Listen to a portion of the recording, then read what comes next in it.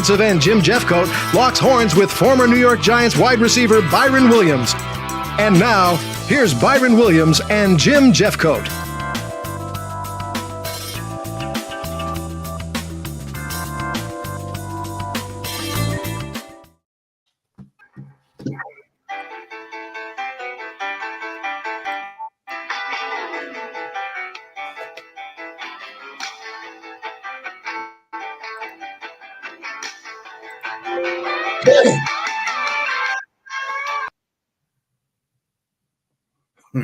Cut the music off on this fire. Good afternoon or good evening, really. Good evening. Good evening. Good evening. Hey, happy Valentine's Day to you and Beverly. Yeah, same to you and Juanita. Your sweetheart Juanita. Yes, that's my sweetheart. Y'all was over there in East Texas over there, I heard. Yeah, we were over there in East Texas. Piney Woods. Yeah. And she got me some flowers. I sent her some flowers. She sent me some flowers. Yeah. Sweetest woman I know. Sent me a little song and stuff. It's called J Cross. Yeah. There you go. I had to send it to her. But, ever since you met Miss Juanita, you've been a happy camper. Yes, I have. Yes, I have. Which is good. That's what you want. You want to be happy all the time. Yeah, exactly. And she does make me happy. Hey, we're going to have a special guest next week. Who? A retired player named Jackson Jeffcoat. He retired last week. What? He's on our show next week. He can talk. All-time great linebacker. Yeah, he's CFL All-Star, played 9 years up in the 3 years in the NFL and 9 years up there. So we have to have him on. He wanted to come on, and he knows a lot about basketball, obviously, football, and no baseball. So that's good because March Madness is coming up, and basketball is firing up like ever before. So that's great. Yeah, so we'll have him on next week, and we'll talk to him a little bit. And Cliff Odoms was excellent last week, as always. Yeah, Cliff. Yeah, we call him Dude. The Dude. The dude. He is the dude. And then we found out we had some things in common. He played at, obviously, Baltimore Colts before they went to Indianapolis. And when they went to Indianapolis, they hired Frank Kush, who recruited me from New Jersey to Arizona State. Right. So they moved in the middle of the night from Baltimore to Indianapolis. Remember that? He was a part of that team. Yeah, he sure was. And he played with some of my former teammates who were there. So that's great. Yes. Yeah, he texted me and told me that he was trying to hold my microphone, but he got nervous and stuff. So he does an excellent job. He does an excellent. It was for a while we were saying Byron who?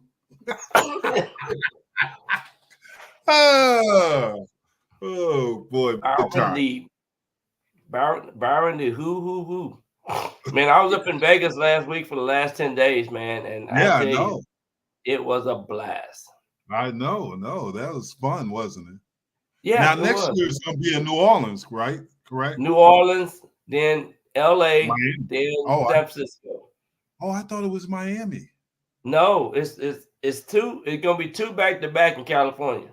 So 2025 will be in New Orleans, then back to L.A., then San Francisco. Yeah, that'll be a good venue, but New Orleans is a different. You know how it is because that's during Mardi Gras. All right, I can dance. I don't know about you, Jim. You can dance, but you try. Yeah, it was fun though. It was good. I'm glad you had a good time. I was gonna go, but Juanita's cousin lives in Texarkana, and we had a blast. She made us some Jamaican ribs and some red beans and rice and some vegetables, cabbage. Man, I know that was good. I just know that was good. I had a food coma. Wow. Well, we might have to tell her to cook a little bit of that when we go do the football camp. Yeah, she can cook now. Yeah, I know. She is cooked. They live only the hotel that we stayed at. They live about 2 miles away. What? Yeah, they live 2 miles away. Did y'all stay at the Hilton? Yes, we stayed at the Hilton in Texarkana. Same one we stayed in. Yeah. And it was funny at the front desk was the same guy that helped us out. Oh yeah. Yeah, he knew it. His name JT or something like that. Something like that. But the only bad thing about him is he's a huge Giants fan. You know he's a Giant fan for one reason, don't you? Yeah, I know. That's what he said. Hey, every time I go to town, I always slip him $20. He was so I pay him off. So he's a loyal fan. I say, man, yes, he is loyal. Because I tried to get him. I said, hey, if I send you some Cowboy stuff, which he said, no, I can't wear that because Mr. Williams wouldn't like that. Yeah, that's pretty good. I have to get him I'm gonna have to get him a hat for that. Yeah, he's a good I didn't know kid. he's turning out a Cowboy legend. I didn't know he'd turn you down. He was a good kid. We had a good time though. It was a little wet here in Texas with a little rain and stuff, but we had no issues going down there to Texarkana. So man, I had to put out so many fires over there. My daughter had to get some tires on her car. I had to do this, that. They had to do a backyard, put a little turf back there. That's what dads do. Man, I tell you what, I tell you, I worked so hard over there. I got working clothes over there. My daughter's birthday is tomorrow, so man, up for her birthday, and I told her to let me know when she got it. She's supposed to have received it. She ain't even text me. The day after Valentine's, huh? Wow. Yep, February 15th. Wow. And then my twins' birthday is the day after Christmas. So. Oh man, yeah. That's my daughter's birthday the day after Christmas. So yeah. So let's do it. We talked about the family and everything. Let's talk a little bit about football. Kansas City Chiefs. Man, that was one of the best games I had to give. It really was. Yeah. It really was. There's a lot of things going on in that game too. Obviously, I thought that the defense for both teams played exceptionally well. Absolutely. Yeah. When you can hold a team to 19 points in a game, in the regular game, and obviously 4 quarters, and then in overtime, I would have deferred it. That's my opinion, and see what I needed to win the game if I was San Francisco. But the reason I'm talking about this is Kyle Shanahan made that decision. Mm-hmm.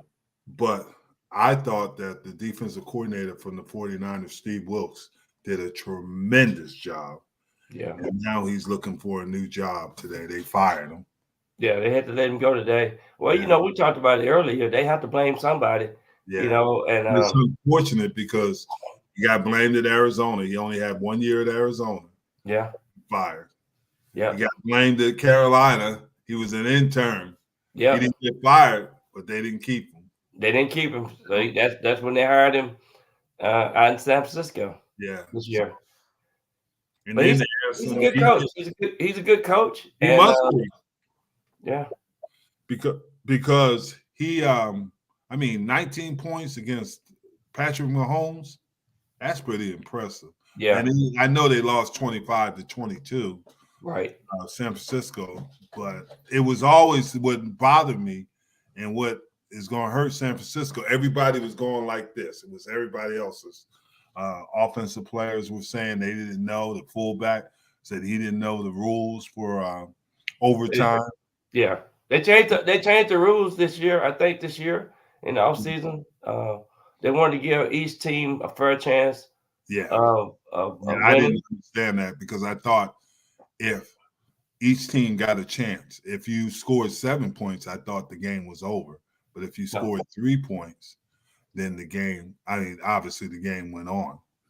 So if you scored 7 points, the other team has the opportunity to score. So I looked up the NFL because earlier today, I was assuming that it was like that, but it wasn't. I think it's the old college overtime rule that they agreed to. Obviously, you can't end with a tie in the playoff game. So, Right. so I was watching it and a lot of observations. I thought that Steve Spagnuolo, who won a Super Bowl with the New York Giants when they beat Tom Brady, he did a job of when they would pull a guard, he would have the linebacker attack the hole where he left, Right. and that helped him there. Yep. And I thought the interior players for the Kansas City Chiefs, Mike Pennell and Mike Jones, they controlled the line of scrimmage. They kept McCaffrey in check. And that was the first time I've ever seen their left tackle, Trent Williams of the 49ers, get dominated. They dominated. And I never seen anybody dominated, but those two guys made plays. They didn't get on the stat sheet is not going to show, but they controlled the line of scrimmage. They control. Don't you think they control the gap and I saw Gregory and some other. They were rotating. Seemed like they were rotating the defensive line on a lot more. Yes, they did. Chase Young finally played like a first rounder. Yes. Even Randy Gregory had some plays, former Cowboy. Bosa. Yeah. But I think as the game progressed, they got tighter and tighter. They got more nervous and things. And then it affected the 49ers because they were like, and now while as the game progressed, Kansas City got looser and looser. And they played like they have the best quarterback in the league right now.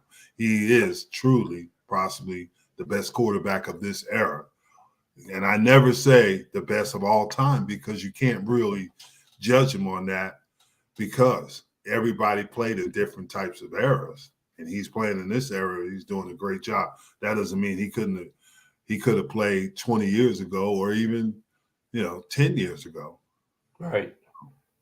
But he definitely one of the most focused quarterbacks you ever want to watch. Pretty smart, very intelligent on how he can maneuver in and out of the pocket, throwing sidearm, throwing across the body, throwing back. Things things that he have done and got away with it out there on the football field. Ain't hardly too many guys that could have ever done that. Exactly. And here's the thing: the pass that Jennings threw to McCaffrey, that was an illegal pass because the offensive lineman was way down the field blocking. So that pass should have been called back.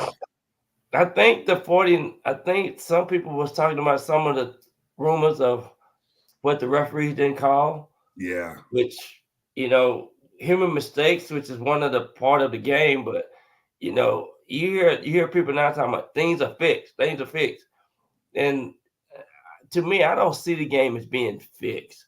I just see the game as key plays give certain teams momentum during certain times of the game, and that really caused the effect of momentum changes, things that happen.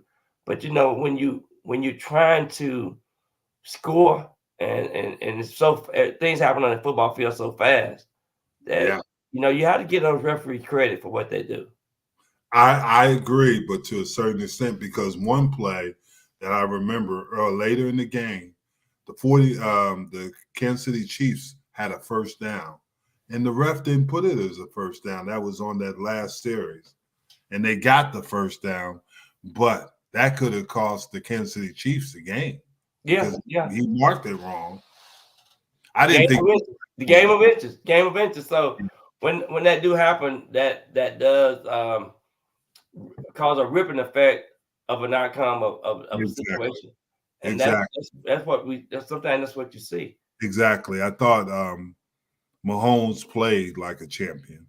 Yeah. Because it's hard to win back to back. It's hard. It's hard. One of the hardest things to ever do. Ain't too many teams say they did that.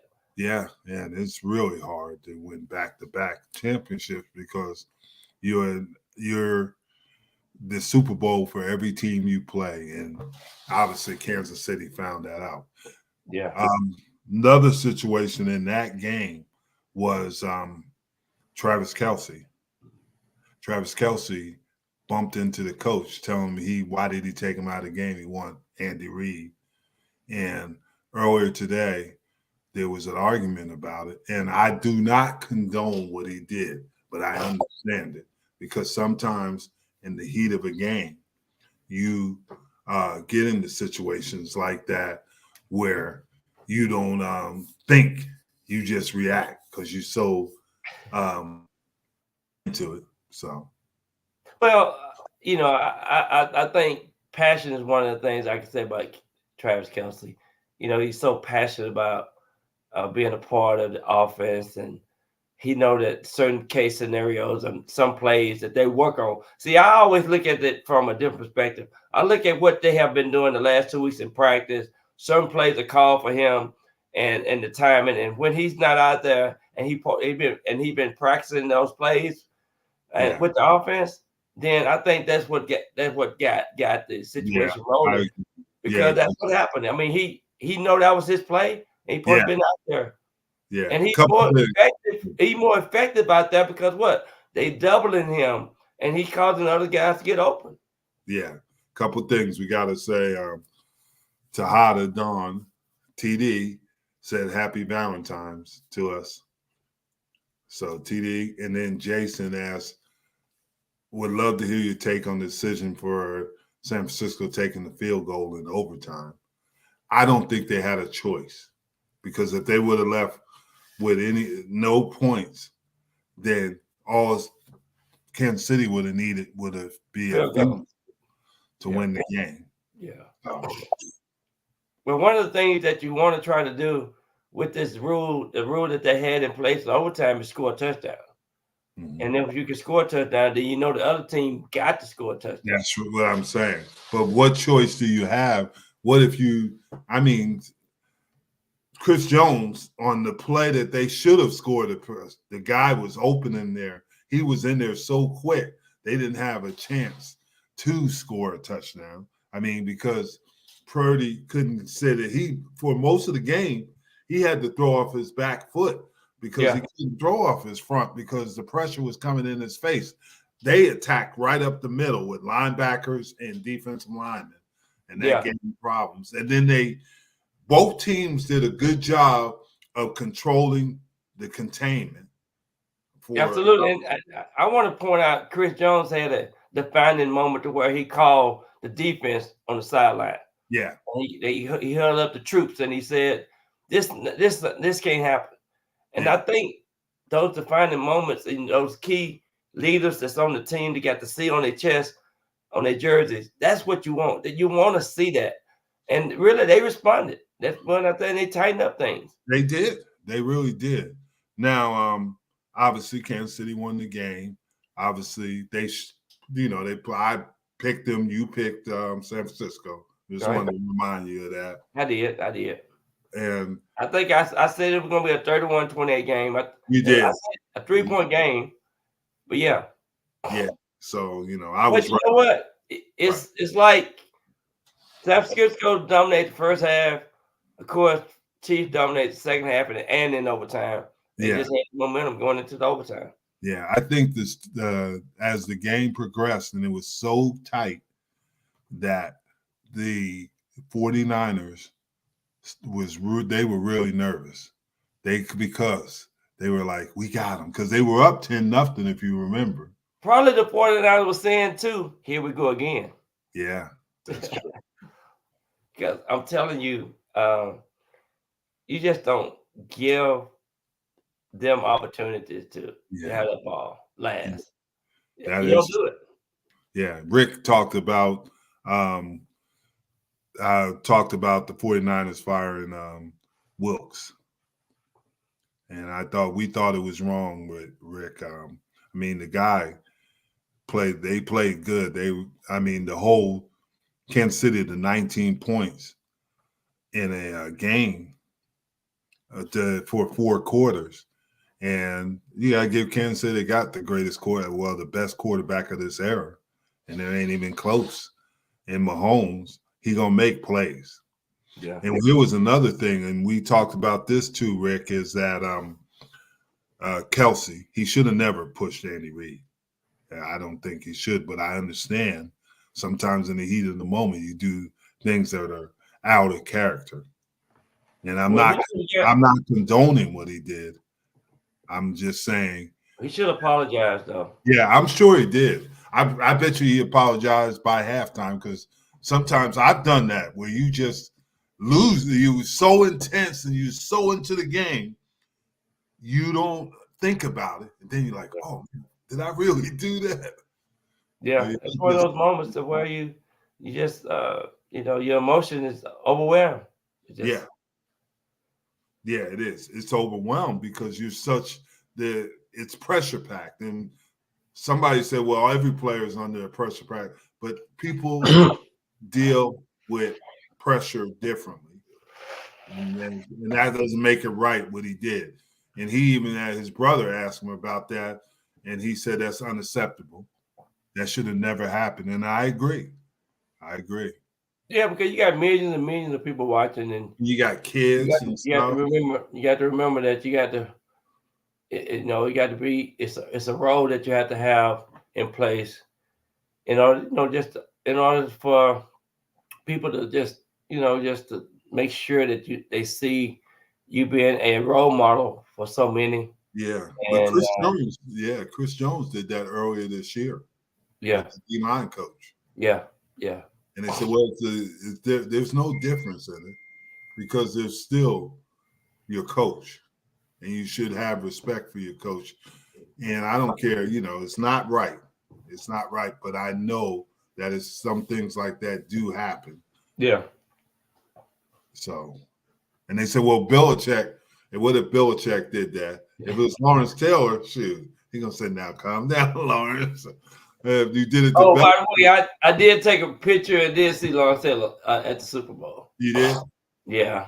And he have a golf tournament at Hollywood, California, April the 18th. Oh, okay. And they supposed to be letting me know. But I don't know how much they gonna pay me to come down there. No. Yeah, I'm just paid down there. No, but we did. I did get a chance to talk to him for a little while. Good. He comes out here for Charles Haley's golf tournament. Yeah. So he comes with Charles's, but I thought that was one of the best Super Bowls in a long time. Absolutely, it's really what the NFL needed. They was talking about some of the facts that happened in Vegas. I mean, it seemed like the Citizen was outstanding for us. There wasn't a lot of issues, except for that guy, the streaker, right? Yeah, they had. I think they had 6 arrests. Apparently a couple of some violations. But for as the nature of the flow of things, the traffic was really, really heavy down on the strip. You had to get the Ubers and ride share information stuff, which was really hard to get around.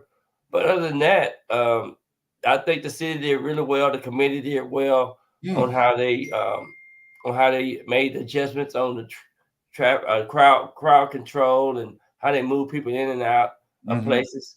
The NFL experience was really good. I took my grandboys over there. We had a blast all day, and it was really fun. So you get to see a lot of things, a lot of things that was happening. They even had 2 pickleball courts out there, Jim. Yeah. And then those 2 twins that played for the Miami Hurricanes. I think Carvina twins played against Dalton Kincaid and Jake Ferguson, who is a Cowboy. Kincaid is a Buffalo Bill. They played paddleball against them. Yeah. They had a lot of things in that NFL experience as well. And but it was really good to be out there and just feel the excitement with the people. So I can see Vegas hosting another Super Bowl probably within the next 5 to 6 years. Rick said he met Charles at a convention and he was giving him a hard time about being a Vikings fan. Oh, yeah. Yeah. So yeah, Rick, I give you a hard time about being a Vikings fan.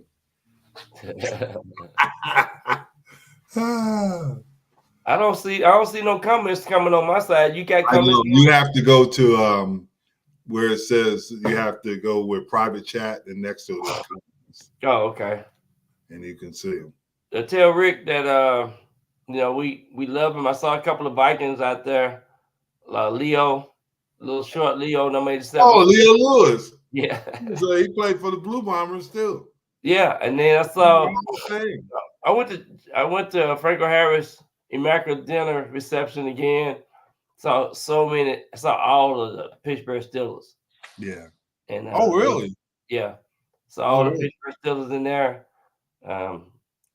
They gave away some jerseys. I usually win a jersey or something in there. This year I didn't win. I didn't call my number out. So I was like, man, I'm losing my touch, man. You must be. But Jason asked why Dallas has such a drought hosting the Super Bowl. All since that ice storm. They haven't hosted one. Well, you have to have a remedy for success, and then they do evaluation, and then they do how many people done watched the Super Bowl, how many people involved. Mm-hmm. So Dallas had a terrible time with that ice storm. Yeah, that really. And then they had a lot of lawsuits. Yeah, they did. So there's your answer to it, Jason. That doesn't mean that Dallas won't get another Super Bowl. But we do definitely want to have one for Jerry Jones. So he's 81 right now. So we definitely need to have one. You better hurry up. Yeah, hopefully within 5 years, we need to have one for Jerry. Yeah. Speaking of the Dallas Cowboys, they got a new defensive coordinator, and his name is Mike Zimmer. I was a player when Zimmer was on. He came in with Barry Switzer, and when Barry Switzer, Dave Campbell had brought him in. Well, actually, he was there before. Well, yeah, he was there after because we had Chan Gailey, and Dave Campbell brought him in as his assistant. And then when Campbell took the head coach, he made him defensive coordinator. And Zim's been around. He is a coach that you Minnesota fans should know this, Rick and Jason. He's not for everybody because of personality. He's going to be on those guys. He's not going to he's an old school coach. He's going to be hard on them and stuff, but he'll work hard to help them win. Let me ask you a question. He was the third winningest coach in Minnesota Viking history. Well, let me ask you a question. Will he be better than Dan Quinn? He's different than Quinn, where Quinn would sit out the locker room and shake everybody's hands as they walk in. Zim ain't doing that. I'm going to tell you right now. I worked with Zim, and I was a player there. Zim ain't doing that. You think Dallas defense will be in the top 5 next year? Yes. When I was working with him, we were the number 1 defense in the NFL. Okay. He knows his stuff, and he's going to work hard at it. But the problem he has is his personality is going to mesh with some guys. Right. They can't take that hard coaching that he's going to give them. He's old school coaching. Yeah, he's old school, and he's going to be hard. And they got to get ready for that. Maybe that's what Dallas needs. Maybe it is. They kind of got loosey-goosey when Green Bay came in here. They just lost all focus. I agree. And here's the thing that I think is going to happen is this was unusual to me. DeMarcus Lawrence said that the reason they didn't play well versus Green Bay is they were burnt out. They were tired. And I'm thinking, I don't understand that. What you mean burnt out? That's what he said. He said that they were gassed. They were just beat up, tired after that long season. Do you realize when you're in the playoffs and you know that every game is your last game, you don't say nothing like that. Yes. They just didn't. They didn't show up the first half. They lost the game in the first half. Yep.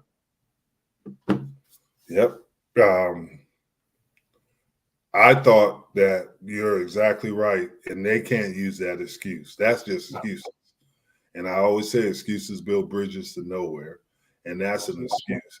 If you're and DeMarcus got to be careful because he's a 10-year vet, and somebody reads that and said, "Well, if he's getting tired, we're gonna have to get rid of him. We're gonna have to get some younger players." He doesn't realize he's writing his own retirement letter when he said that.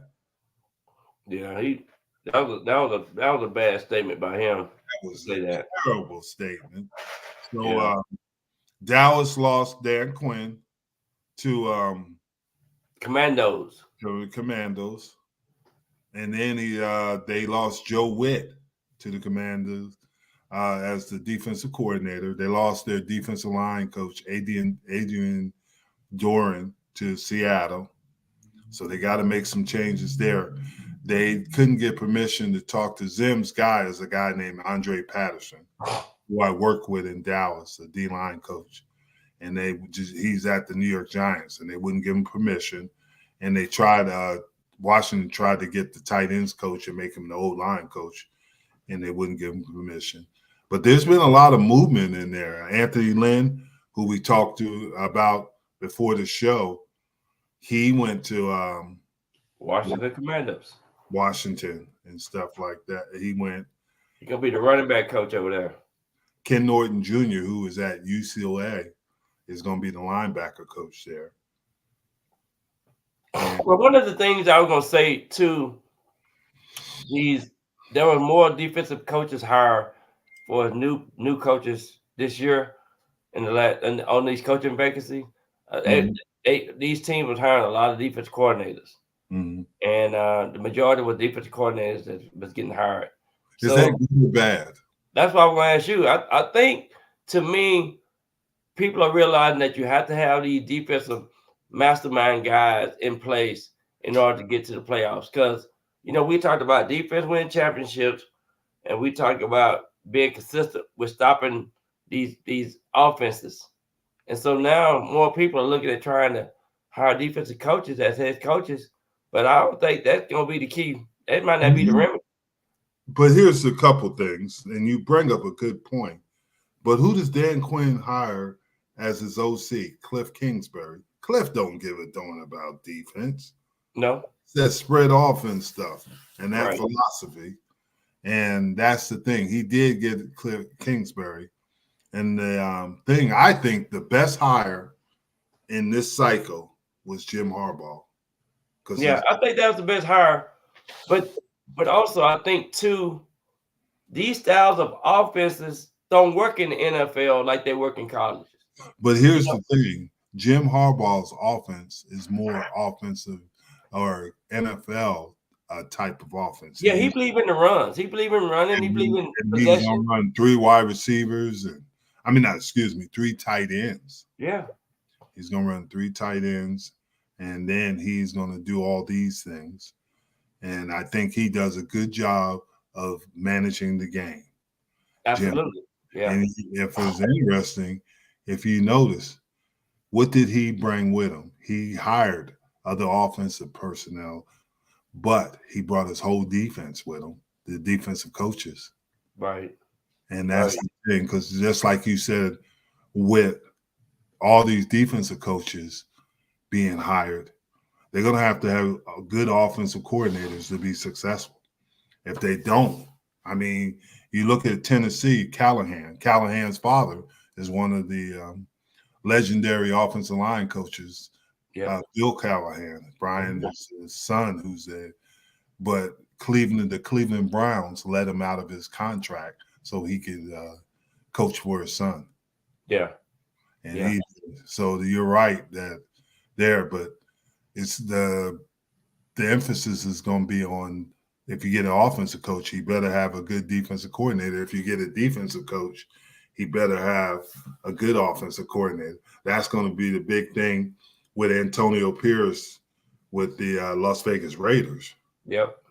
And the thing, because you got and remember this, it might be a coaching change in the first part of the season next year because Bill Belichick and some other coaches going to be available. Yeah. So it's going to be interesting to see what happens. And this coaching carousel is one that going to be interesting to watch, just based off of teams win, losses, and things like that. Yeah. Sonia asked, what do you think about Shanahan saying Wilkes doesn't fit?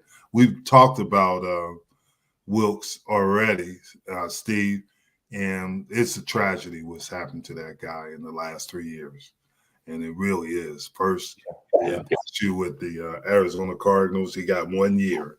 Right. And he was 2 years at Carolina. Now he gets 1 year at 49ers. Yeah, the 49ers. And he did what was asked of him. He was in the booth first. And Shannon said, no, come down to the field.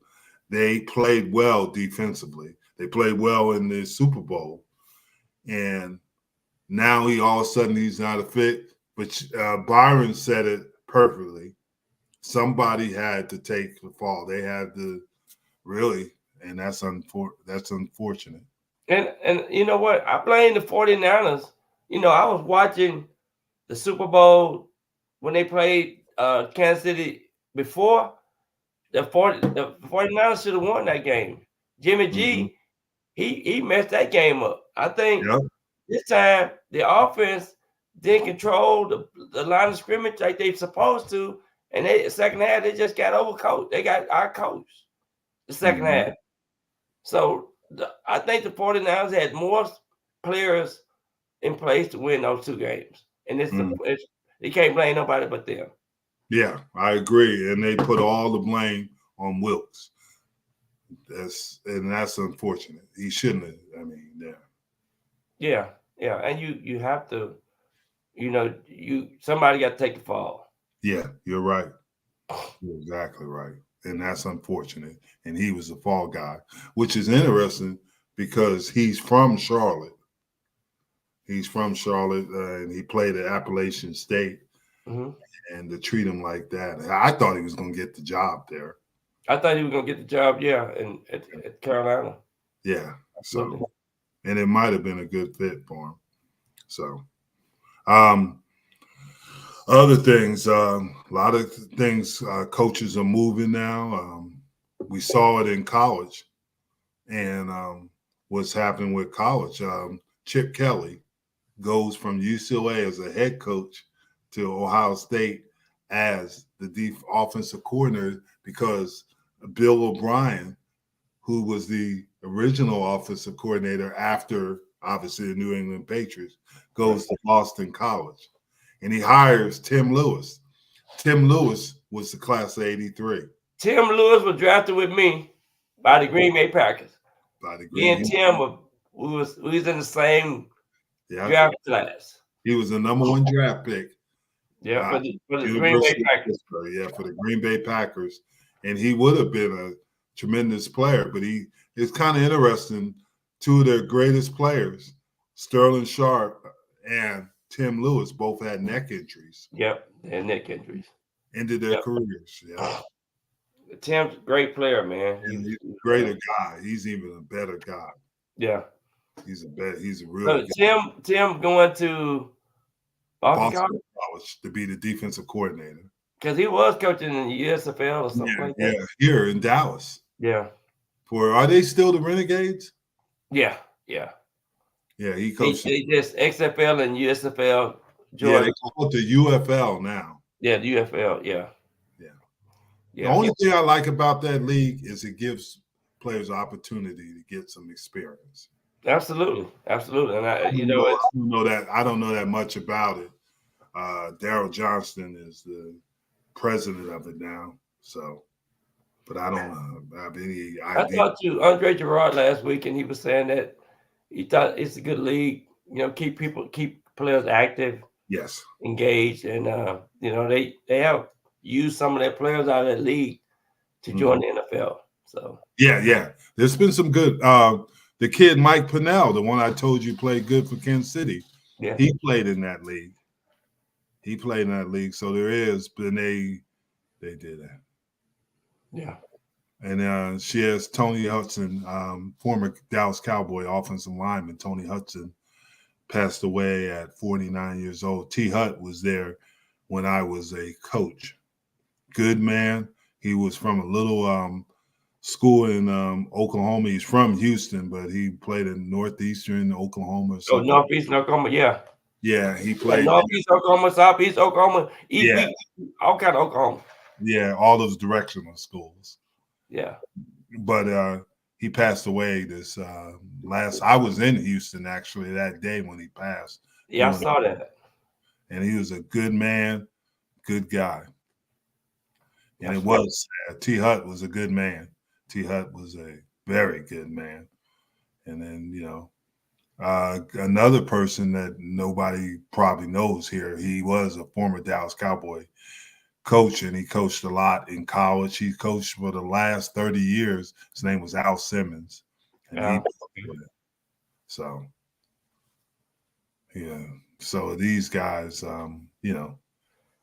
it's hard. It's hard when a lot of people don't realize this, but the average NFL player they did a survey, they'll to be 53, and that was the old stat. They got to update the stats. They're probably up to about 55 or 60 now. Yes. But, life expectancy for football players wasn't that great. It's kind of sad. And that is true because Gene Upshaw, what did he die at? 63, 64? Yeah. Yeah, so. We have about 300 to 400 players die every year. And we have about 300 to 400 players that make the NFL team every year. So it's kind of like a revolving door. Exactly. And it's, a lot of it is the game we play, the game we love is physically demanding. Yeah. We love to watch it. We loved it. And they've done things to improve the safety of it. But to be honest with you, that's the way it is. That's the reality of it. Absolutely. It is. It's one of those deals that it's a young man game. Yeah. It really is a young man's game. And it's starting to be that way coaching. Yeah. Somebody said, Sonia said, Guy Willing, y'all would live to be 100. I don't want to be 100, Sonia. I got my cousins and dad up there. I want to see my cousins and dad. My granddad lived to be 95. Yeah. My dad lived to be 84. Yeah. So I could just leave them in the middle. Yeah, my mom turns 90 in May 5th.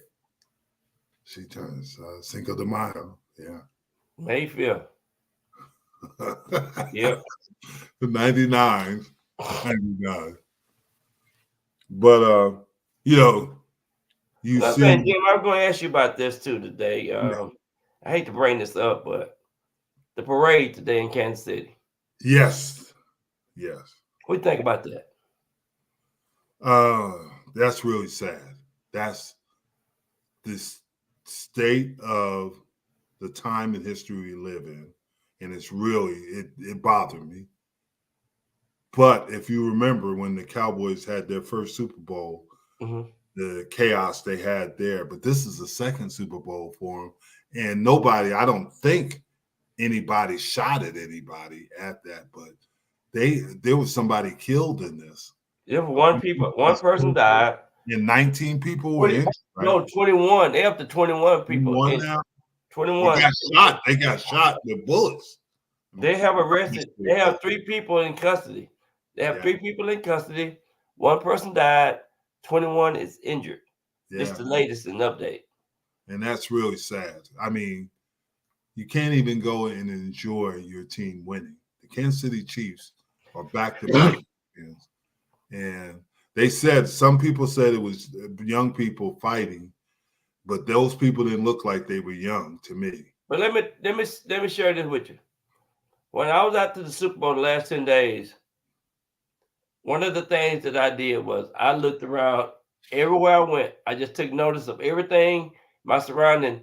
But I could say this: they had officers, sheriff departments, and officers and police staged all around the venues, all around the locations. And I thought that was really good because now you got a sense of some type of comfort that you got some tight security there, and they was on there, had earplugs and stuff, earphones, communicating from different levels throughout the atmosphere, and I felt real comfortable and safe.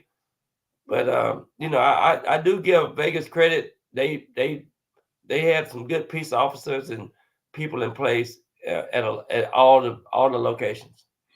But because it's such a huge entertainment market, they probably know how to deal with it better because the same thing, you say that, when I went to the LA Super Bowl, that was the same way. There were a lot of police officers. You never felt unsafe. Yeah. So I think the venues that are used to a lot of people can do it. It's going to be interesting to see it in New Orleans and what happens in New Orleans, because we both know that that's a dangerous city. Yeah. High crime rate in the whole state of Louisiana, Shreveport and New Orleans. The murders are off the chart. Yeah. And Rick is right. There was a thing on Twitter where the bystanders helps to do one of them. Yeah. One of the people shooting. But why would you go to a place and do that? What purpose does it serve? They said it wasn't terrorism. Yeah. It's crazy. It is crazy. It's just like what happened in Houston. Yeah. At Old Steve's church. I mean, why? I don't understand it. Yeah, it's crazy. It just don't make sense. And we just got to do a better job. We do. I mean, we really do. And it's hard because the more you publicize it, the next person that has these issues is going to say, hey, this is a way I can get on TV. This is a way I can get on the national news. The good thing about the Super Bowl atmosphere, I can't say this, so many people are wearing jerseys and are showing who they for and yelling and just having a joyful moment. You had guys, the good thing about it, before the game, the 49ers fan be over there yelling, the Chiefs fan be over there yelling. Then after the game, the Chiefs fan, they would go down. And it was fun though. It was fun watching it because now you see who's victorious, and now you see who's humble. That's true, and that's hard because I've never had the experience of losing a Super Bowl, but I can only imagine the depression. You know what really pissed me off? What? I did see a couple of Cowboys wearing people wearing. Yeah, Post Malone. Post Malone was wearing it. So I talked to this lady in the grocery store. She had a Cowboy stuff. I said, I live in Dallas, and I said, we hate the Cowboys. She said, what? I said, we hate the Cowboys. She said, why, sir? I said, I played for the Giants. That's why. She said, oh, the reason why I like the Cowboys is because 30 years ago, my husband bought me a Cowboy jersey, and I refused. I said, I'm going to always be a Cowboy fan. I said, well, that was a good reason. Now you probably ain't married your husband no more hard. She said, you right. It was funny. But, people are fans for certain reason. Even their dad liked the team or that's true. Watching them. So it's fun to see everybody wear their jerseys. Yeah. Rick said, keep preaching to kids as you both do. You make a difference. You used to have a football camp at the Super Bowl, didn't you? Yeah, I had a couple of times. I was thinking about trying to do one this time, and I went to a football camp Saturday morning. It was all girl camp. I was out there with them and Hernandez Cooper that played quarterback for UNLV. Yes. Jan Witcher, the lady that's yes. I did a football camp Saturday morning. She coached on a couple teams. Yeah, Arizona Cardinals and stuff. Yeah, she's the first woman they hired in it. So I went to her event, and she always supported me. I always support her. And then we had about 80 girls out there Saturday. It was cold, but I take pictures with them, and a lot of things happened. But I was at a football camp this Saturday morning with all girls for the first time, and man, them girls they were running routes, catching balls. Oh yeah, it's big now. I think it's gonna. Is it women's gonna be in the Super Bowl too? They're Like gonna have the Olympics in 20. oh, I'm not the Olympics, but the Super Bowl. I mean, I went to say the Olympics Yeah, they have. I think in 2028 for they're gonna women have. and men. Yeah, I know for women's for sure. I don't know if the men's or I not. think the men are because you remember they're trying to recruit like all these receivers to be Yeah, involved in the Olympics. yeah, Could you imagine what that'd be like to win an Olympic gold medal? man, that'd be fun. That would be fun. And it's probably going to be more wide receivers and running backs than anything. It won't probably be any Yeah, linemen. because it's all throwing. You got to have the hands. You got to have the moves. You 7-on-7, which is got to run. Got to be able to, no, they don't take the athletes. They take wide receivers and running backs. And they take the quarterbacks. they take the guy that got the finesse. No, they don't take the athletes. Like Rick would tell you, it's the athletes are the offensive linemen and the defensive linemen. Yeah, Rick, I got to send you a picture of Alfred too, since you on. Yeah, out there, yeah. But we had a good time. Yeah. But I think this was the most watched TV show for and the most watched obviously for the Super Bowl. Yeah, it was of all time. It's great for football. It's great that we are a part of history. I think, being a former player and you get to see guys on different levels. I mean, I've seen so many different guys. I played golf with Darryl Green and Mike Haynes. We was on the golf team together. That's my guy, Mike Haynes. Yeah, when he rode with me Wednesday, I played. Man, I almost had an eagle by myself. Wow. Yeah, but it was but he just moved to Vegas. Yeah, he did. Him and his wife. Yeah, he just moved to Vegas. He told me. I told him you and I had the podcast and stuff. He said that. But yeah, he super guy always. He first was class. one of the greatest quarterbacks ever. He went to Arizona State. I know that's what he. Yeah, I said I told him that you and I be talking shop and talking it up. Yeah. He played. Me and him rode together all 18 holes. But did you know that he's a prostate cancer survivor? Yes, I think he told me that. But one of the greatest guys you ever meet. I used to watch. Darryl Green was trying to critique everything. Oh yeah. Yeah, so we all had runner clubs, and I was hitting that ball down that fairway. So I said, Darryl, hit my club. I said, I might have broke mine in, and he hit it. He said, "Oh, I like your club better than mine." But we had the same club. Oh my goodness! I said, Darryl. I said, you probably remember me having 126 yards or either. You ain't had no 126 yards on me. Then he told me, you might have 15 or something like that. I said, I'm gonna pull up the tape. I pull up the tape, and we were just laughing all the way through the. Oh my goodness! So at the end, he wanted to play. Oh, we need to play our own ball.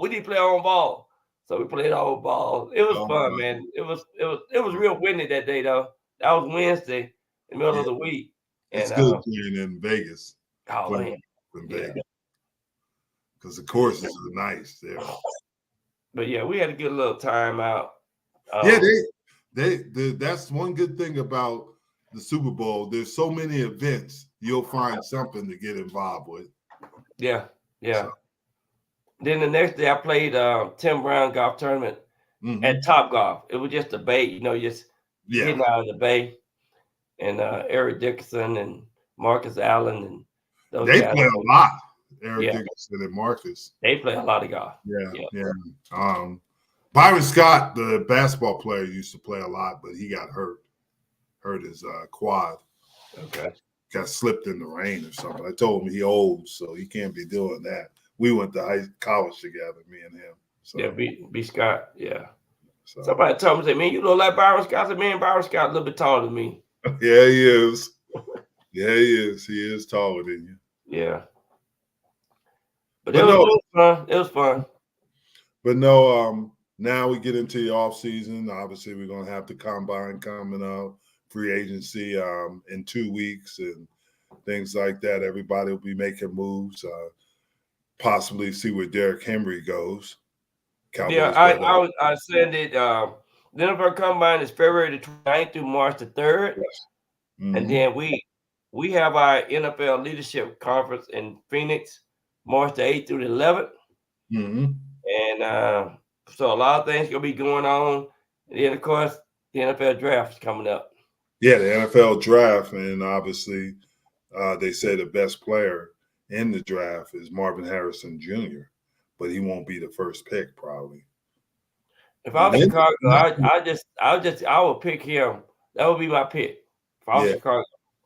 But that's what they're saying. The Chicago might try to move down and trade Justin Fields for more draft picks and either pick Caleb Williams or Marvin Harrison Jr.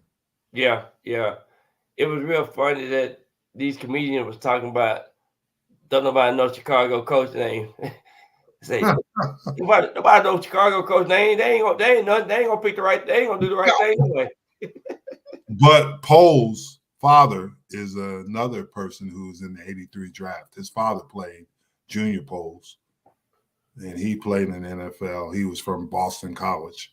So Poles' father, and I don't know, he didn't make it very long. Yeah, he didn't make it. If he made it any, but he. Well, I can say this: the '83 class was one of the best class ever. Yeah. Thank you. I would definitely do that. Yeah. You do a great job with it. And then Juanita, when we were down in Texarkana, she was talking about your camp. Yeah, it's a great thing. Out there in 170 degrees. Keeping us out there at 170 degrees. I like to see you sweat, Jim. Oh, you did see us sweat. At least we turned the temperature down a little bit. I like to see you sweat. And we did sweat. There's Absolutely. no doubt about that. And it got bit by mosquitoes when we went to the golf course. Yeah, that mosquito golf ranch has some mosquitoes out there. Ooh, do they? A lot of water. Yeah. Because all that, it's a pretty course. Millwood Lake. Got Millwood Lake out there. And that guy was out there fishing. Yeah. When we were out there going around. Every now and then you see an alligator out there. Yeah, I didn't see any alligators. Yeah. I told him don't come out when you down there. I don't know if you can handle them alligators down there. Oh, here we go. Yeah, I ain't afraid of no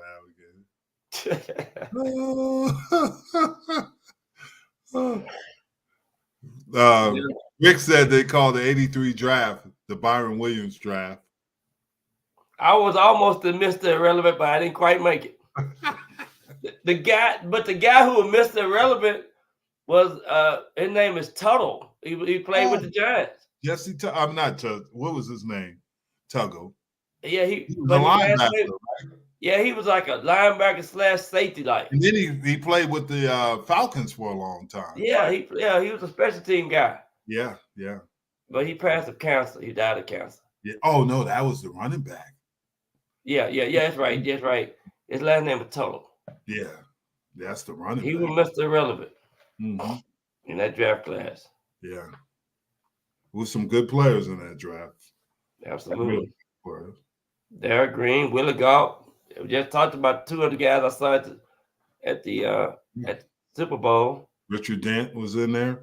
Yeah. Elway, Marino. I mean, they were all in there. Yeah, Eric Dickerson, Craig James. Well, no, Craig wasn't. He went to the USFL. Yeah, but he probably get drafted. Yeah, exactly. Darrell Green was the last pick. It was 23rd. He was a 20. Yeah, he was 28 pick. With Washington Redskins. Yeah, but as you know, we're at the time. We're gonna start talking about other sports too. Basketball, baseball's coming up, so we'll talk about that. We're gonna have a special guest next week. Let him and ask about his career. So, but it's been great, huh? I said that'll be good. Yeah. Change it up a little bit. Throw a change up pitch because the spring ball is starting. Spring baseball, so training camp. So let's get ready for it. How about those Rangers? Yeah. Thank you for everybody chiming in. There you go. And we'll see you next week. Have a good week.